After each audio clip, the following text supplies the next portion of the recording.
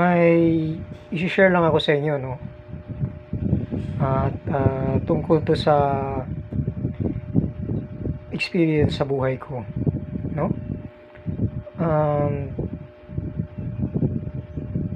Na-realize ko na sa lahat ng pagsubok na dinaanan ko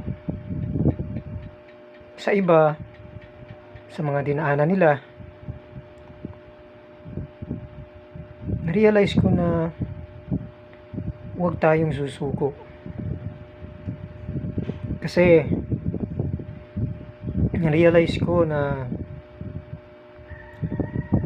merong Panginoon, no? Nung natanggap ko ang Panginoon sa buhay ko,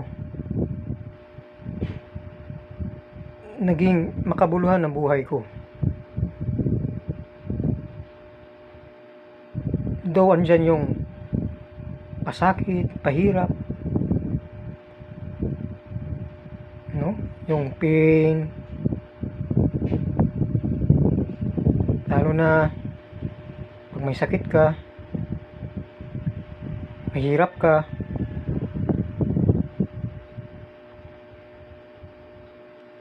pero yun pala, lahat ng yun pagsubok lang na tinuturuan lang tayo ng Panginoon kung paano maging mabuting tao,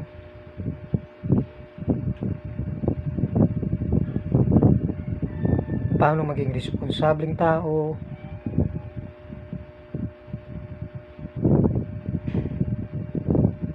maituwid ang mga mali. Aminin natin na hindi tayo perfecto, no? Tao lang tayo. Pero kung ang buhay mo ay wala sa sentro ng Panginoon, ang buhay mo walang silbi, walang saysay. Kaya sa lahat ng may mabibigat na problema dyan, huwag kayong mawawala ng pag-asa. Lumapit lang kayo sa Panginoon. Doon sa mga may sakit na wala ng lunas, walang pangbayad sa ospital, sa mga pamilyang magulo, nag-aaway, naghihiwalay, doon sa mga taong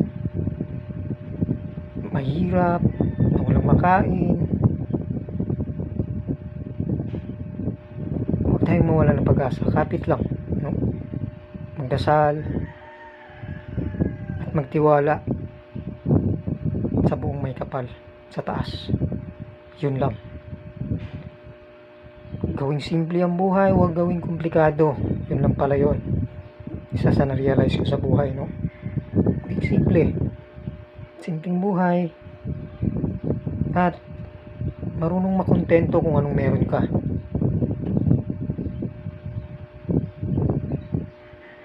Yung pipiliin mo yung may peace of mind ka kaysa yung short term happiness lang, no? Kasi ang short term happiness, yun yung sa money, power, authority, wealth. Kaya lang pag hindi nakasentro yung buhay mo sa Panginoon, talagang walang saysay ang buhay mo. Wala kang peace of mind. Yun lang. Simple lang ang buhay. Ang magkaroon ka lang ng peace of mind, no? Kung wala ka naman dito sa mundo, lahat tayo mamamatay. Tama yan. Lahat tayo mamamatay. Lahat ng kayamanan, pera, no? Achievements, title na narating mo, akala nila yung iba sa iba, yun yung success. Pero na-realize ko na hindi pala.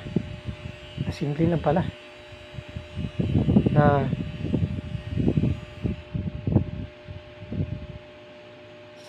kapag natanggap mo si Jesus Christ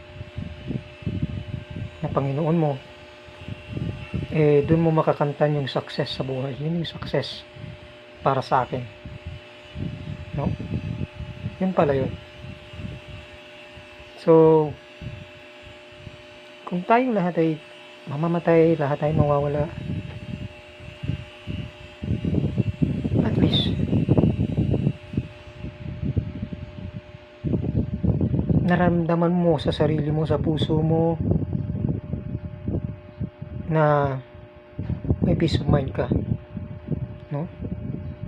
Na palang araw kung meron mang pangalawang buhay, eternal life, ay safe ka, di ba?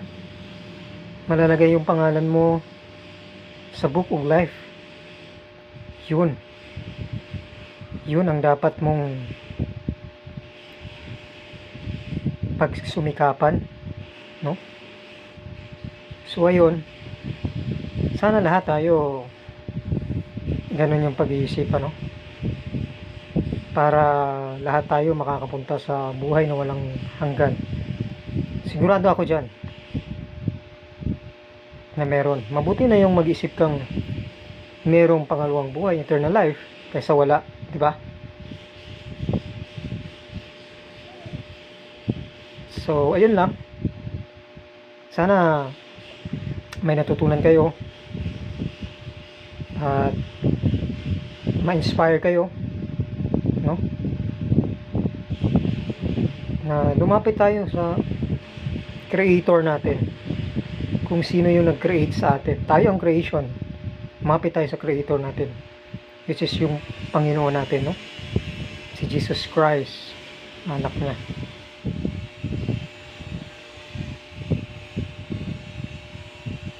Hanapin natin siya, kilalanin natin siya, mahalin natin siya, diba? Isuko natin ang buhay natin sa kanya, dahil lahat ng ito, lahat ng bagay sa mundo ay pag-aari niya. Wala tayong pag-aari sa mundong to.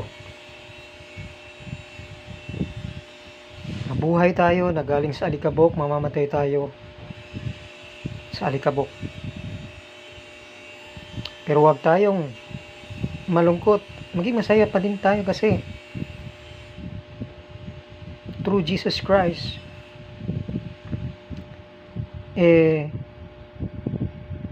may eternal life, no? Merong pangalawang buhay na walang hanggan. Doon walang sakit, walang mayaman, walang mahirap, pantay-pantay ang lahat. So ano ang pipiliin mo? Ang may eternal life, may buhay na pangalawa, o wala? Wala lang. Pag mamatay ka, wala lang. Mas pipiliin ko na lang na may pangalawang buhay, may eternal life, diba? So yun ang pagsusumingapan natin. So sana may matutunan tayo sa naibahagi kong kwento sa inyo, at maraming salamat.